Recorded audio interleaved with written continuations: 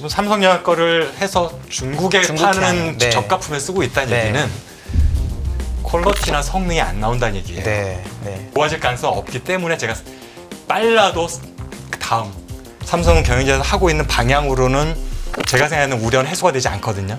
네. 선행은 여전히 존재해야 된다고 저는 믿는 거고, 그렇지 않으면 제2의 HBM이 또 나올 수 있기 때문에. 삼성전자 이야기를 좀 해보려고 하는데, 물론 이틀 정도 반등하긴 했습니다. 하지만 맞아요. 대부분의 이제 투자하시는 분들이 그동안 떨어진 게 얼만데라는 생각에 또 마냥 우스우시지는 못할 수도 있어요. 그래서 이럴 때일수록 또 점검하고 대비하는 시간이 필요할 것 같습니다. 쭉 지켜보시면서 본질적으로 삼성이 가지고 있는 문제점, 시급하게 해결해야 할 부분 어디에 좀 주목을 하셨어요? 그러니까 좀 구체적인 것들은 뭐 진행하면서 좀 네, 더 다루도록 차차 하고, 풀겠습니다. 지금 사실은 삼성전자를 보는 많은 분들의 시각에 우려가 많이 커지는 이유는 네. 뭐 여러 가지 좋을 때도 있고 안 좋을 때도 있는 거잖아요. 기업이라는 게 또한 산업 사이클이라는 게 있는데, 근데 최근에 나타나는 여러 가지 양상들을 보면 대부분의 삼성전자의 반도체에서 중요하다고 생각하는 분야, 네. 제품에 대해서 그동안은 어쨌든 경쟁사 대비 경쟁 우위가 6개월이든 1년이든 뭐 심한 경우는 1년 반 정도든지 갖고 있었던 분야들이 모든 경쟁 우위가 다 사라졌다는 거죠. 경쟁 우위가 사라진 게 단순히 그냥 같은 선상이 된 거 정도만 해도 굉장히 쇼크가 될 수 있잖아요. 1위였던 네. 기업이기 때문에. 예. 근데 지금은 그게 아니라 오히려 반보 정도 혹은 한보 정도 뒤처졌다라는 것들을 우리가 많이 볼 수밖에 없는 상황들이 벌어지다 보니까 네. 그래서 이렇게 되면은 뭐 단순히 뭐 여러 가지 뭐 조직 혁신하고 열심히 하면 돼라는 문제가 아니라 근본적으로 경쟁 우위가 사라지고 뒤처졌다는 건 이건 하루아침에 다시 앞서는 건 쉽지 않은 부분이잖아요. 그래서 이것이 앞에 있던 기술력이 뒤로 오는데도 분명히 한두 달에 된 건 아닐 거고 그럼요. 몇 년에 걸쳐서 서서히 진행이 됐다면 다시 앞으로 가는 것도 사실은 시간이 많이 필요할 수밖에 그렇죠. 없으니까 아무리 뭐 엔비디아에서 좋은 소식이 나오고 한다 하더라도 그거에 대해서 근원적인 삼성전자가 지금 잃어버린 기술력에 있어 경쟁을 다시 찾을 수 있는 거냐에 대한 퀘스천은 쉽게 해소되지 않는다라는 거죠. 이런 부분들이 아마 우리들이 우려하고 있는 큰 부분이 아닐까 생각하고 있습니다. 네. 구체적으로 사실 이제 HBM 정말 지겨운데 저번에 상반기부터 뵀었을 거의 때도 우리 뭐 네. 전 국민이 그것처럼, HBM을 네. 다 할 것 같아요. 이제. 네, 특히나 그것도 이제 HBM만이 아니라 뭐 3에 8단이냐 12단이냐 4냐 여러 가지가 많은데 우리가 HBM이 얼마 걸릴지에 대한 질문도 질문이지만 이제는 많이 뒤진 건 사실이잖아요. 그럼 이제 한 방의 역전을 노리는 HBM4로 가는 거를 삼성이 노려야 되는 거냐, 아니면 8단은 이제 집어치우고 12단이라도 쫓아가야 되는 거냐, 아니면 그냥 뭐 어떤 전략이 맞고 어떻게 될 건지는 어떻게 보세요? 사실 뭐 그거는 사실 이제 지켜봐야지 아는 거긴 하죠. 고객들이 어떤 제품을 선호할지, 그다음에 이제 여러 가지 상황들을 봤을 때의 오더를 어느 쪽에 수주를 많이 줄지에 따라 결정이 되는데 현실적으로 이미 이제 지금 현재 5세대가 HBM 3E라고 하는 것들, 네. 5세대 8단은 이미 물 건너갔다고 물 보고요. 건너갔죠. 이미 성공한다 하더라도 그 시장은 사라져가는 네. 시장. 왜냐 이미 고객사들이 12단을 요구하기 시작했고 경쟁사들은 다 12단 샘플이 다 이미 통과한 팔고 있죠. 상태이기 네. 때문에 어차피 현실적으로 이제 엔비디아가 아니라 다른 고객은 나중에 할 수 있을지 모르겠지만 엔비디아를 타겟으로 한다면 8단은 이미 지나간 일이고 12단에서 이제 어떻게든지 비슷한 수준까지 빨리 타이밍의 문제인 거잖아요.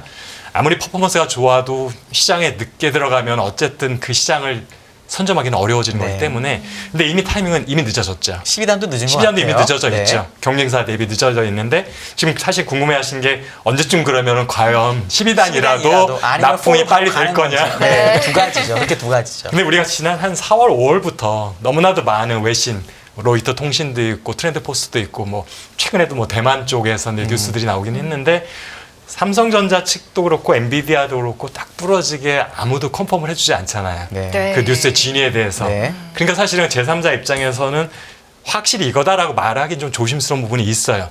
왜냐 이런 것들이 고객하고 서로 어떻든 기밀 협약에 의해서 안 하는 걸 수도 있고 그렇겠죠. 아니면 실제로 별로 진행된 게 없어서 못 하는 걸 수도 있긴 한데 그걸 우리가 섣불리 이거다라고 말을 하기는 어렵지만 어쨌든 그런 좋은 소식을 숨길 이유는 없는 거잖아요. 네. 최근 주가를 보더라도 그렇고 실적에 대한 어떤 투자자들의 관심이 떠나는 것들 붙잡기 위해서라도 좋은 소식이라면 아마 적극적으로 알릴 것 같은데 이런저런 기사들이 나오지만 거기에서 코멘트를 안 한다는 얘기는 네. 이게 노코멘트 전법이라는 얘기는 어느 정도 수긍한다고 일단은 보는 게 맞는 것 같다가 보여드리고 있고 네. 그러면서 12단 관련해서도 지금 고객사에서는 제대로 언급을 한 적이 없어요. 아직까지도. 네. 다른 경쟁사에 대한 얘기들만 나오고 있지.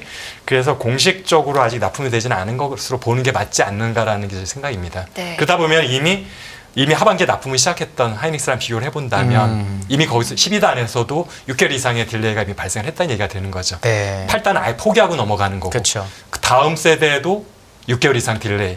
그다음에 아까 이제 6세대를 말씀하셨는데 HBM4라는 거 아마 그거는 원래대로 하면은 루빈칩 정도에서 아니면 블랙엘 울트라에서 네. 이제 처음으로 엔비디아에서 도입하겠다고 생각하고 있는데 울트라 같은 경우는 내년 상반기에 바로 나오거든요. 네. 근데 거기에 탑재하기에는 아직은 제가 기술적인 완성이 되지 않았다고 보고 있어요. 양산할 네. 만한 수준까지는.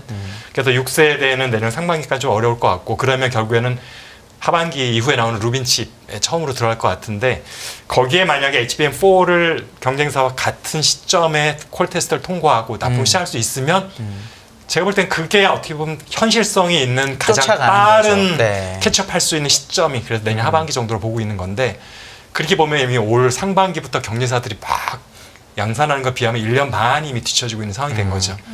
그래서 기술력의 차이보다도 실제로 고객의 인도에 본격적으로 되는 시점을 가지고 사실은 시장의 경쟁력을 보는 게 맞으니까 그게 시장 점유율하고 또 직결이 되니까 그러면 봤을 때 이제 HBM4가 현재로서 그 전 세대까지는 1년에서 1년 반 정도 뒤져 있는 거를 비슷하게 맞춰갈 수 있느냐. 아마도 하반기 이전에 4가 탑재될 것 같지는 않아서 네. 남은 기간이 1년이 조금 안 되는 시간이 남았잖아요. 네. 그동안에 삼성전자가 심기일전해서 그러니까 6세대를 빨리 완성을 하고 퀄테스트 통과한다라면 내년 하반기부터는 조금 어느 정도 좀 비슷한 선상에서 달리기를 해볼 수 있지 않을까 기대를 하고 있습니다. 이걸 왜 여쭤봤냐면 사실은 투자자분들이 이제 HBM 뉴스를 정확하게 그냥 HBM이면 된 것 같다고 생각하시지만 지금 박사님 얘기해 주신 것처럼 3E의 8단 12단 뉴스는 사실은 제가 보기엔 매우 늦은 거라서 그 뉴스를 정말 좋은 뉴스라고 잘못 받아들일까 봐 말씀을 드렸고 그러니까 결국은 그런 뉴스보다 훨씬 중요한 건 다음 거를 똑같이 내는 게 맞다 이렇게 이해하는 게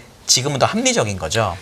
엄밀히 말하면 5세대도 납품을 하고 있어요. 네. 근데 슬프게도 엔비디아 쪽에서 직접 얘기한 거니까 이거는 네. 뭐 삼성전자 거를 해서 중국에 중국향, 파는 네. 저가품에 쓰고 있다는 네. 얘기는 퀄러티나 성능이 안 나온다는 얘기예요. 네. 네. 그렇기 때문에 지금 5세대는 12단으로 가도 8단에 해결되지 않았던 게 네. 12단으로 간다고 해서 갑자기 좋아질 수는 없는 그렇죠. 건데 왜냐하면은 비슷한 칩을 쌓는 적층의 방식이 바뀌는 건데 거기에 들어간 DDR 칩 자체 성능이 이미 문제가 있다고 하면은 그렇게 얘기가 단수가 나오더라고요. 높아지면 더 어려워지는 거지. 그렇죠. 좋아질 가능성이 없기 때문에 제가 빨라도 그 다음 다음 세대로 보는 게 HBM4에서 맞겠다. 뭔가 승부를 낼 준비를 하고 지금 진짜 열심히 해야 된다 말씀드린 것 같습니다. 알겠습니다. 워낙 관심이 많다 보니까 아까 이제 뭐 이런저런 기사 나온다라고 하셨지만 기사가 조금만 나와도 관심 있게 굉장히 그럼요. 보게 되는데 주가에도 연락이 하루 이틀 정도는 가잖아요. 네. 최근에도 그랬고. 네, 그러면서 이제 최근에 또 주가가 이틀 정도 괜찮았고 맞아요. 그러면서 왜 이제 심지어는 또 하이닉스가 괜찮지? 떨어지는데 네, 올라가는. 오늘 빠지더라고요. 네. 그러면서 또 나오는 기사, 그 언급이 되는 기사 중에 하나가 대만 언론에서 엔비디아가 삼성전자를 HBM 공급사에 포함하는 조건부 승인을 내렸다 이런 보도도 있었습니다. 근데 이게 약간 뒷맛이 완전 개운하기에는 조건부가 항상 그렇죠. 붙으면 맨날 조건이 있었죠. 네, 약간 시원치 않아요. 그래서 이 부분을 또 해석을 해주시면 그나마 이게 사실 좀 그 갈증이 기사도 해소될 뭐 것 이제 같아요. 원본을 본 건 아니고 네. 이제 번역돼 있는 한국 기사들을 이제 다시 해서 재구성한 걸 보긴 했었는데 네. 결국엔 그 조건부라는 게 제가 볼 때는 아까 중국에 가는 제품하고 비슷한 느낌인 네. 거예요. 그러니까 이게 퍼스트 고객들한테 가는 제품이 들어가는 건 아니고 거기 고객들한테는 우선적으로 하이닉스 제품을 쓰고 있는데 네. 그 외에도 수주받은 거는 많이 들어오잖아요. 그렇죠. 근데 이게 자꾸 지연이 되니까 왜냐면 HBM을 만들 수는 없잖아요. 현재로서 마이크론은 워낙 물량이 작기 때문에 사실상 하이닉스 독점 상태이다 맞아요. 보니까 엔비디아만 놓고 보면은 그러니까 물량이 부족하기 때문에 고객에서 재촉을 하는데 그래서 어떻게 보면은 엔비디아가 구성하는 뭐 호퍼칩이 됐든 블랙이 됐든 거기에 어쨌든 메인은 GPU잖아요. 그다음 그 둘레로 이제 HBM 싸고 있는 건데 GPU는 누가 만드냐면은 TSMC가 만들고 있어요. 네. 거기는 열심히 재촉을 하고 랩도 만들고 해가지고 어느 정도 비슷하게 이제 원하는 요구량을 맞추고 있는데 거기 같이 들어가는 HBM 쪽에서 물량이 부족하다 보니까 자기는 더 팔 수 있는데 GPU는 있는데 네. 그러다 보니까 살짝 이제 아쉬운 대로 네.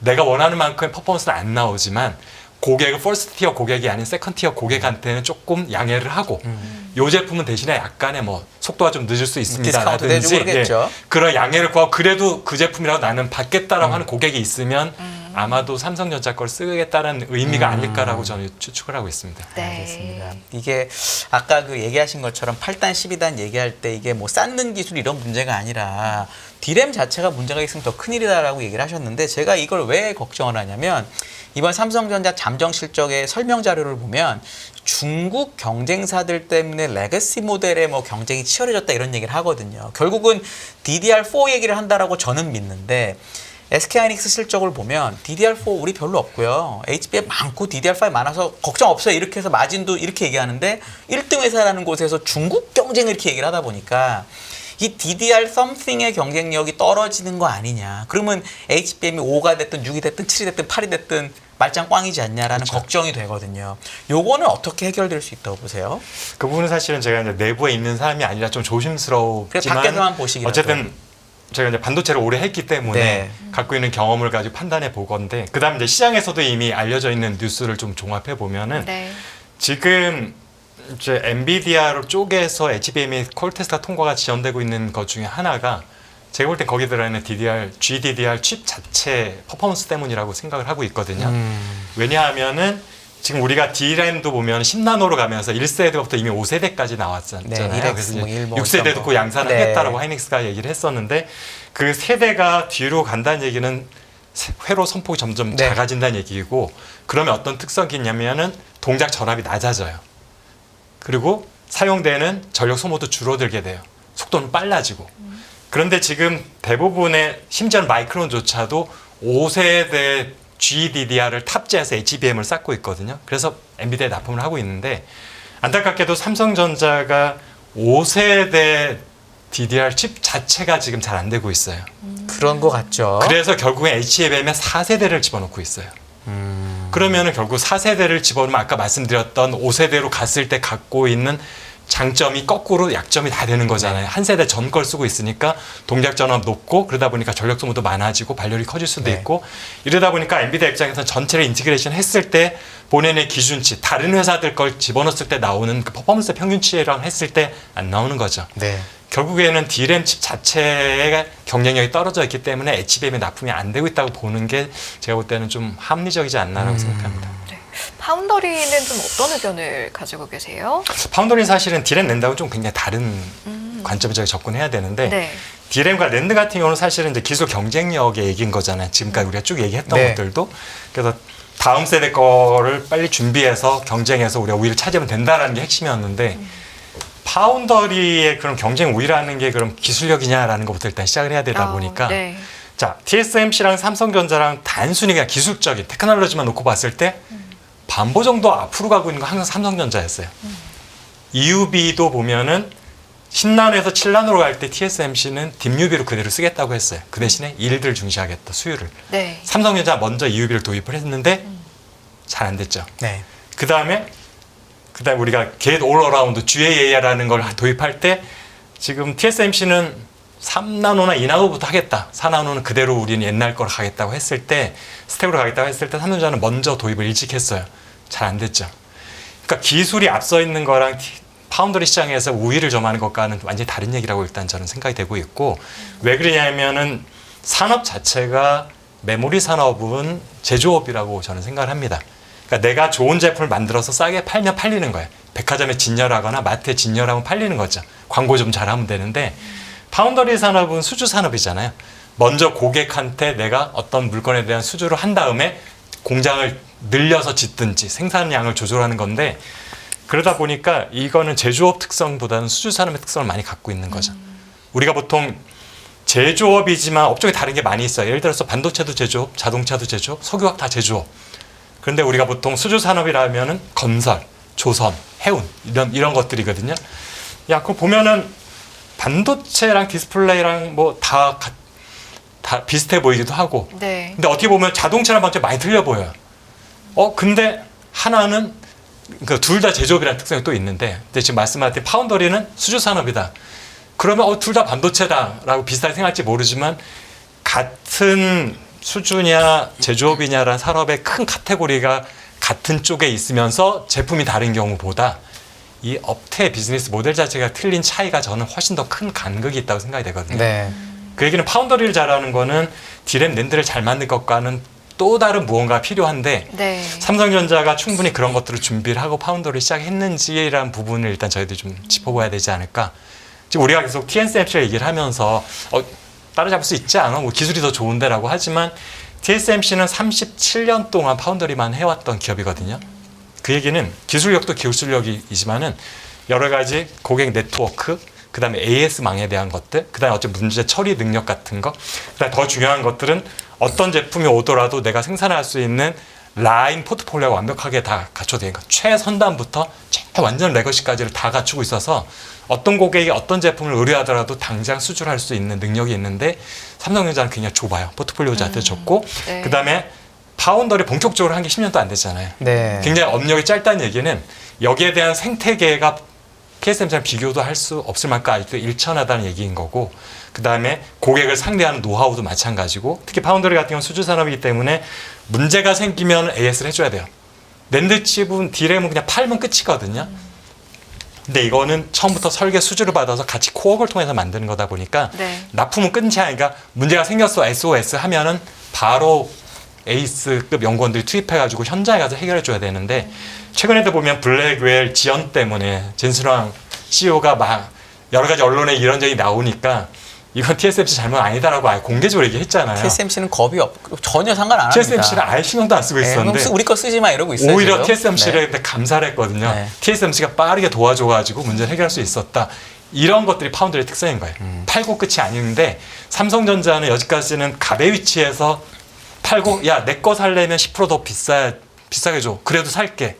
이런 시장에 익숙해 있다 보니까 전혀 다른 의리여야 되는 파운더리 시장에서 잘할 수 있는 조직 문화, 네트워크, 조직 체계, 그다음 노하우 이런 것들이 아직은 충분치 않은 상황이 아닌가. 그런 면에 있어서 파운더리가 조금 더 고전을 하고 있는 것 같습니다. 파운드리 제가 하나만 그럼 궁금해서, 파운드리는 사실은 남의 걸 받는 거긴 한데 삼성이 처음 시작할 때는 퀄컴 것도 받고 애플 초기 AP도 받고 그렇죠.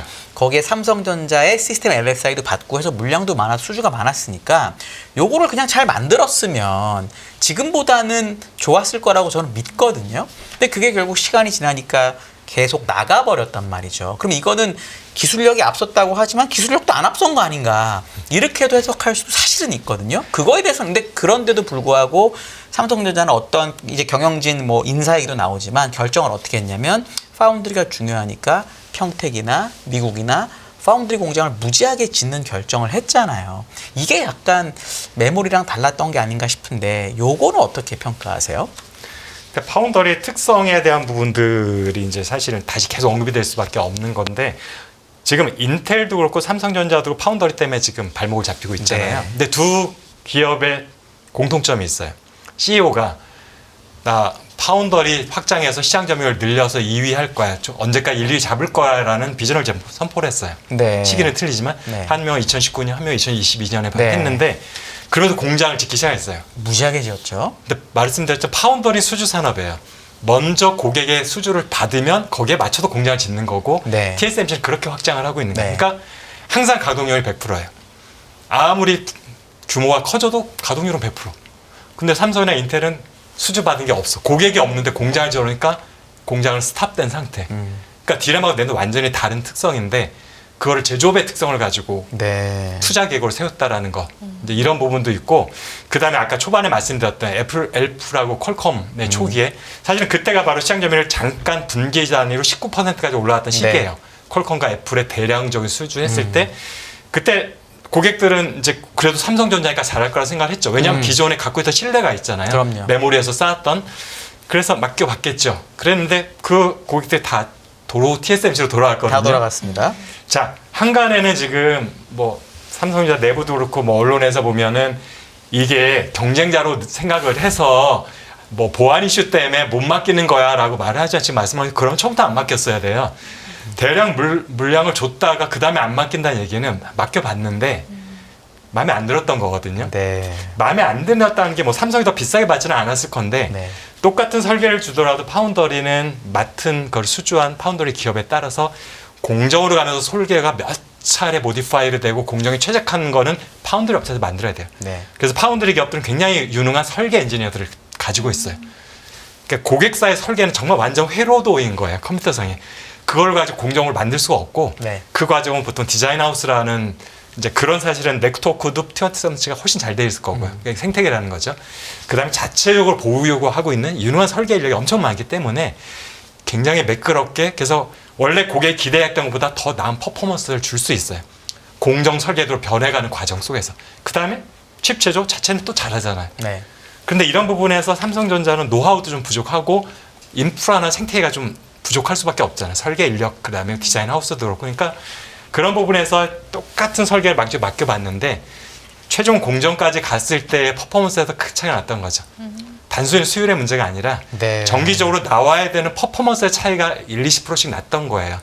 그러면 고객사 입장에서는 당연히 굳이 그러면 내가 삼성전자에 맡길 필요가 있을까? 다시 TSMC. 왜냐하면 잘하는데. 그럼요. 그러니까 혹시 몰라서 아무래도 좀 이거를 협력업체를 좀 다변을 하고 싶어서 했던 거였는데 거죠. 네. 이게 비슷한 퍼포먼스 나오면 했을 거예요. 그럼 정말 물량이 계속 늘었을 거고 야 퀄컴 애플도 맡기는데 라고 하면은 그럼요. 다른 기업들도 굉장히 많은 물량을 삼성전자 가져왔을 텐데 퍼스트 티어 두 기업들이 한번 써보고 실망해서 떠나니까 그 자리에 누구도 쉽게 안 오는 거죠. 문제가 있었으니까 도로 TSMC로 갔겠지라는 게 이미 그쪽에서 소문이 쫙 날 수밖에 없는 거고 네. 이런 부분들이 저는 메인이라고 생각이 되고 있어서 이게 그러니까 단순히 기술력 택하고 좀 틀리다라는 거죠. 네. 그러니까 이거는 단순히 우리가 말하는 디램네드 기술력은 얼마나 노광을 잘하고 공정을 잘해가지고 미세하게 만드냐 하면 되는 거지만 파운더리는 완전 고객사의 설계부터 공정까지 가는 모든 과정에서 다 포함된 게 경쟁력, 기술 경쟁력인 거예요. 그래서 우리가 단순히 팹에서의 기술 경쟁력만 갖고 얘기할 수 없는 부분이 분명히 많다. 네. 그래서 이런 부분에 대해서 좀 더 체계적인 준비를 하면은 삼성전자도 앞으로는 좀 더 잘할 수 있지 않을까 네. 기대하고 있습니다. 네. 앞으로를 대비하면서 이제 여러 가지 조치를 취할 수 있지만 그 중에 조치가 취해지는 것 중에 하나가 사실 인사 조치거든요. 근데 최근에 이제 내려진 인사 조치 중에 반도체 연구소에서 치러진 어떤 인사 문책성 인사의 초읽기라고 또 지금 표현들을 하고는 하는데 일단은 이 조치 자체가 어느 정도 의미가 있다고 보시는지 한번 여쭤보고 싶네요. 우선은 저도 지금 D램 개발에서 HBM에서 나타났던 많은 문제점들, 그러니까 결과적으로 갖고 있었던 경쟁 우위를 다 잃어버리게 되는 상황이 된 거는 R&D부터 문제가 있다는 공감이 충분히 되고 있고요. 그런데 이제 그 부분에서 구체적으로 들어갔을 때는 현 경영진이 생각하는 것하고 제가 생각할 거고 진단 방향은 좀 다른 것 같아요. 현 경영진이 생각하는 거는 자 선행 연구를 하는 조직이 있는데 너무 선행 연구만 하다 보니까 양산 신경도 안 쓰고 뭐 이게 나중에 성공하든 말든 일단 내 하고 싶은 거 마음껏 해라는 너무 나태해져 버렸고 결국에는 구체적인 비즈니스 연결되지 않은 뜬구름 잡는 연구를 한 것이 아니냐라는 진단이 있었던 것 같다고 생각이 돼요. 그러다 보니까 아예 그러면 사업부로 가가지고 양산 근처에서 같이 개발하라라고 얘기를 하는 건데 제가 볼 때 그 방향이 맞느냐라는 의구심 들고 있습니다. 왜냐하면은 삼성전자가 하이닉스보다 HBM을 시작한 시기가 늦지 않았었거든요. 근데 지금 1년에서 1년 반 정도 뒤지게 됐던 것들은 한쪽에서는 꾸준히 돈이 안 되지만 10년 이상을 했었는 한우물을 팠는데 네. 삼성전자 당장 돈이 안 되니까 접다시피 한 거예요. 네. 그 얘기는 그거를 하던 선행 연구 팀들을 대부분 축소하거나 없애버렸다는 얘기거든요. 그런데 만약에 지금 당장 문제가 있으니까 우수한 연구원들 다 사업부로 가면 빠르게 현재 문제를 해결할 수 있을지 모르겠어요. 그러면은 제2의 HBM에 해당하는 것들 하고 있던 사람들은 또 없는 거거든요. 네. 그러면 나중에 HBM과 같은 전철을 또다시 밟지 않을까라는 우려가 하나 있고 또 하나는 이건 좀 더 크리티컬하고 제가 사실은 선행공정했던 연구원이었기 때문에 선행공정에 대부분 박사과 연구원들이 많고 외국에 유학하고 오신 분들 상당히 많은 조직인데 그런 부분들한테 사업부에 가서라고 하면은 제가 볼 때 정말 꼭 필요한 에이스급은 1년 이내에 다 나갑니다. 네. 왜냐하면 안 맞아요. 그런 분들한테 사업부에 가서 같이 그쪽으로 하라는 거는 그러면 지금 옛날 같으면 갈 데가 마땅치 않아. 지금은 더 돈 많이 주는 기업들이 있는데 네. 이제는 마이크론도 갈 수 있어요. 영어를 다 너무 그러니까요. 잘하시니까. 그래서 그런 부분에서 좀 우려 포인트가 좀 있긴 합니다. 알겠습니다.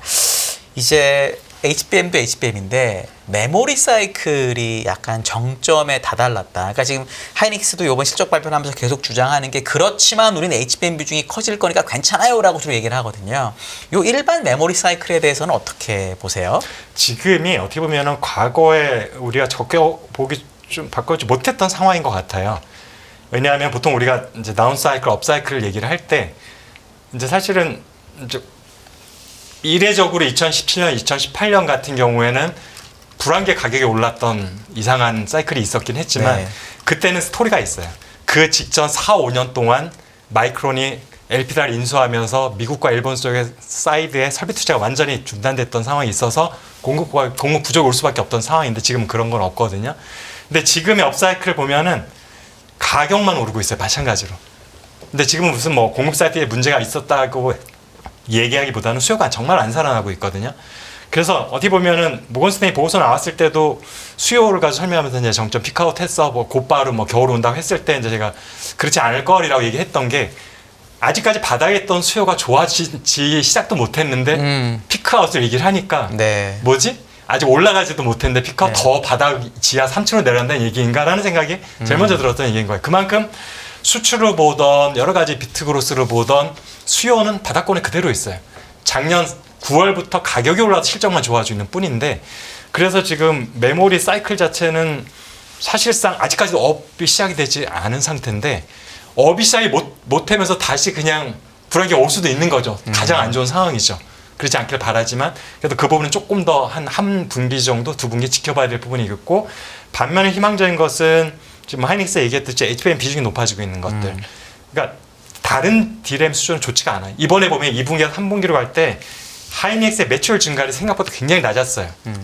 제가 이제 실적 발표하기 전주 정도의 방송에서 대략 영업이익 6조 9천억에서 7조 1천억 정도 예상을 할 때 그때 이제 전제 조건은 매출이 한 20% 증가하고 영업이익률이 35에서 40%를 해서 보수적으로 35% 잡아면 그렇다는데 실제로 40이 나올 것 같다 했는데 40은 정확히 나왔는데 매출 증가율이 20의 반도 안 되는 9.1%밖에 증가를 안 했다는 얘기는 전 분기 대비. 전 분기 대비 네. 전년 대비 당연히 많을 수밖에 네. 없어요. 의미가 네. 없고요. 네. 네. 그래서 마이크론도 전 분기 대비로 나왔던 걸 제가 분석을 했기 때문에 그거 비교해 보려고 했던 건데 그래서 어쨌든 총체적으로 영업이익은 맞았지만 7조 300억이 나왔는데 생각보다 매출 증가율 쪽은 실망스러운 수준이었다는 얘기는 HBM의 고마진 제품이라 수익률은 높아졌지만 매출이 증가되지 않았다는 얘기는 수요가 안 좋다는 얘기예요.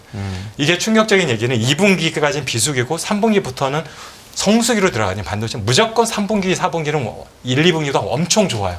매출이 몇십 % 증가하는 게 과거에 항상 그랬었는데 이번에 3분기 매출 증가율이 굉장히 낮았다는 거. 네. 네. 마이크론보다도 낮았어요. 마이크론은 그래도 10이 넘었었거든요. 그런 면에서 수요가 여전히 좋지 않다라고 해서 거기에 따라서 그러니까 겨울에 대한 우려가 여전히 존재하는 것 같습니다. 수요가 살아나지 네. 않고 있다. 그 부분은 맞는 얘기이긴 해요. 알겠습니다. 이제 마지막 질문이 될 것 같은데요. 이제 저희가 쭉 사실은 삼전 앞에 놓인 과제를 어떻게 보면 지금 앞서 이제 말씀해 주셨던 내용이 다 놓여 있는 과제이기도 한데 그럼에도 불구하고 앞으로 삼성전자가 더 나아가기 위해서는 앞서 말씀하신 경쟁 우위에서 예전에 있던 것을 지금은 좀 잃어버린 상태고 이걸 다시 찾아오기 위해서 가장 중요하게 놓여 있는 시급하게 해결해야 할 과제를 정리를 좀 해주시면 이걸 듣고 마무리하는 걸로 하겠습니다. 지금 앞쪽에서도 결국에는 R&D에 문제가 있는 것 같다라고 공감했지만 현재 진단하고는 좀 전 다른 결을 갖고 있다 말씀드렸잖아요. 네. 그게 뭐냐면 제가 생각하는 R&D의 문제는 완전 선행을 한 연구 조직이 있고 이거를 양산으로 가기 전에 좀 더 머추럴시키는 그러니까 공정 개발팀이 있을 거야. 그 다음에 양산 엔지니어를 또 있어요. 그러니까 3단계 정도로 보통 이루어지는데 제가 볼 때는 각각 단계에서 다음 단계를 이관이 하는 부분에서 문제가 있었다고 저는 판단이 되거든요. 그러니까 이런 거죠. 우리가 계주 같은 거예요, 일종의. 계주가 잘 된 팀은 바톤을 연결할 때 시간 로스가 없어야 되는 거거든요. 똑같은 실력을 가지고 했을 때. 근데 대부분 그래서 주는 사람이 받는 사람이 정말 받기 편하게 주잖아요. 뒤를 볼 수가 없으니까. 그런데 만약에 거의 저 한 1m, 2m 앞에 놓고 휙 던져버린다. 받는 사람도 놓칠 수도 있고 다시 놓치고 자꾸 뛰면 그것도 시간 딜레이도 되고 설명도 제대로 해줄 시간이 없어요. 이거는 어떤 부분이 중요한 부분이 있고 어떤 부분에서 우리가 좀 더 신경 써야 되고 그런 부분에서 제가 볼 때는 그 3단계로 이루어지는 R&D 조직 간에 연계되는 부분에 있어서 잘 안 돼. 커뮤니케이션이 잘 안 되고 코어가 안 됐던 부분이 라고 저는 오히려 진단하고 있어서 네. 지금의 그래서 삼성 경영진에서 하고 있는 방향으로는 제가 생각하는 우려는 해소가 되지 않거든요. 네. 선행은 여전히 존재해야 된다 저는 믿는 거고 그렇지 않으면 제2의 HBM이 또 나올 수 있기 때문에 단지 문제는 연계되는 부분에 있어서 커뮤니케이션이 잘 안 됐던 것 같다. 코어가 잘 안 됐던 것 같다. 이 부분을 좀 더 잘할 수 있도록 하는 게 어떨까라는 게 저의 개인적인 생각입니다. 네, 알겠습니다. 자, 여기까지 듣고 2부 마무리하도록 하겠습니다. 오늘 2부 이 시간은요. 이주환 박사님, 이주환 인더스트리 애널리스트님과 함께했습니다. 고맙습니다. 네, 감사합니다. 안녕하세요. 이승입니다. 더 많은 영상을 보고 싶으신 분들은 화면 오른쪽에 있는 구독 버튼을 눌러주시기 바랍니다. 그리고 영상을 보시면서 좋아요는 필수인 거 아시죠? 항상 인포맥스 라이브를 사랑해주셔서 감사합니다.